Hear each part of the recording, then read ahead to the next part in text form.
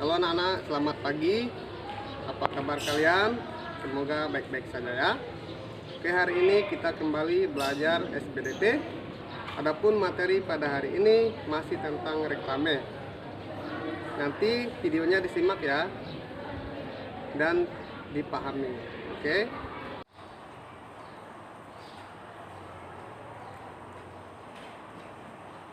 Oke anak-anak, sebelum kita menyimak video dan mengikuti pelajaran ini, Bapak akan membacakan ayat Alkitab untuk kita semua ya.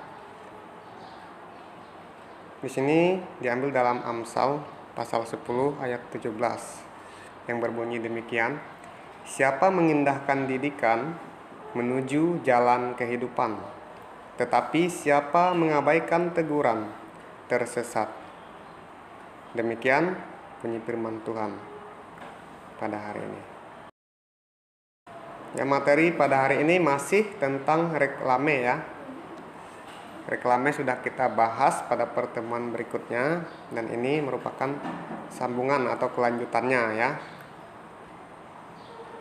Adapun tujuan pembelajaran pada hari ini, dengan menyimak video ini diharapkan siswa dapat mengetahui jenis-jenis reklame, isi reklame ya, bagaimana isinya, dan kemudian sifat reklame. Jenis-jenis reklame. Yang pertama itu ada poster. Poster itu biasa kita temukan di dinding-dinding ya, ditempel pada dinding. Itu poster. Kalau iklan ini biasanya kita temui di suatu kemasan produk ya.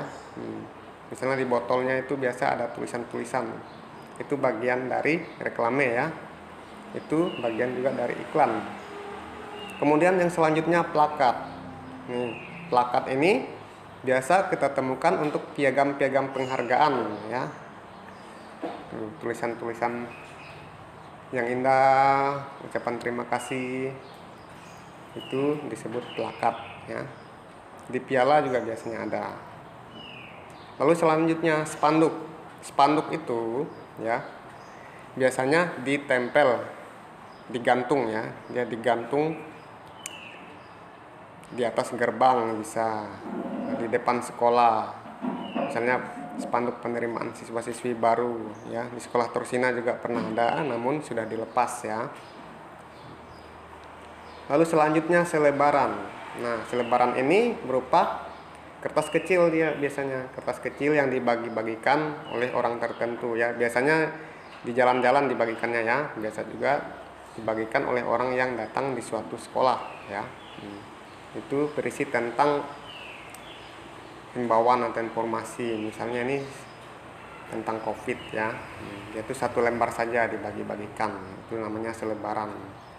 Ini baliho ya. Baliho itu semacam spanduk ya. Biasa kita temui di tepi jalan ya. Tepi jalan berukuran besar ya. Contohnya ini tentang virus corona. Biasanya juga tentang informasi-informasi yang berhubungan dengan pemerintahan, misalnya tentang membayar pajak ya. Itu baliho. Biasanya juga ada gambar-gambar wali kota. Nah, itu juga baliho. Lalu yang terakhir ini buklet. Buklet ini berupa seperti buku ya, buku kecil yang dilipat, bisa dilipat ya. Dilipat beberapa bagian, inilah buklet ya. Dia satu kertas tapi bisa dilipat-lipat ya. Oke ya, itu tadi tentang jenis-jenis reklame ya. Lalu bagaimana sih cara kita membuat reklame itu ya? Apa yang perlu kita perhatikan? Ya, yang perlu diperhatikan itu adalah slogan jelas dan mudah dimengerti ya. Kata-katanya itu jelas dan mudah dimengerti ya. Bisa membangkitkan minat orang yang membaca. Kemudian bahasa yang baik, menarik, tentunya sopan ya.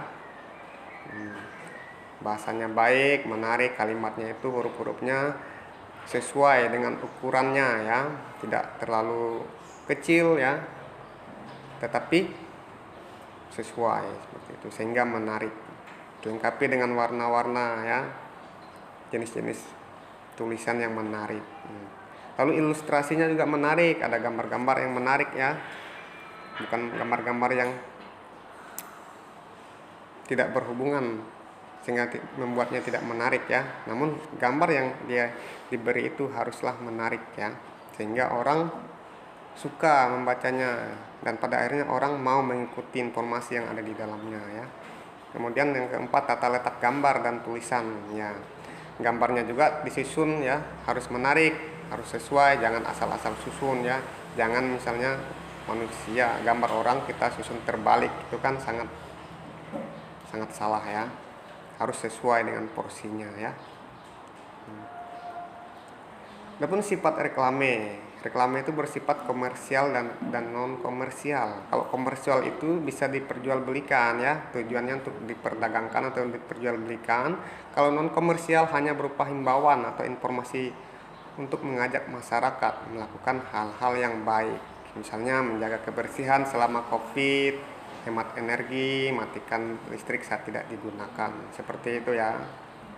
Oke, itu terakhir tadi. Kemudian untuk penutup, Bapak kasih kata-kata bijak ya. Kata bijak pada hari ini, kata tidak bisa akan membuatmu berhenti berusaha. Kata bisa akan membuatmu berusaha meski hasil akhir belum tentu. Tetap semangat ya. Jadi jangan katakan tidak bisa, tetapi katakan aku bisa ya, walaupun hasilnya belum tentu ya. Namun kita harus tetap melakukan ya. Kalau kita kerjakan sesuatu pasti ada hasilnya ya. Masalah hasilnya bagus atau kurang bagus itu urusan belakang. Yang penting harus ada dalam hati kita, aku bisa, seperti itu ya. Terima kasih atas perhatian kalian. Tuhan Yesus memberkati.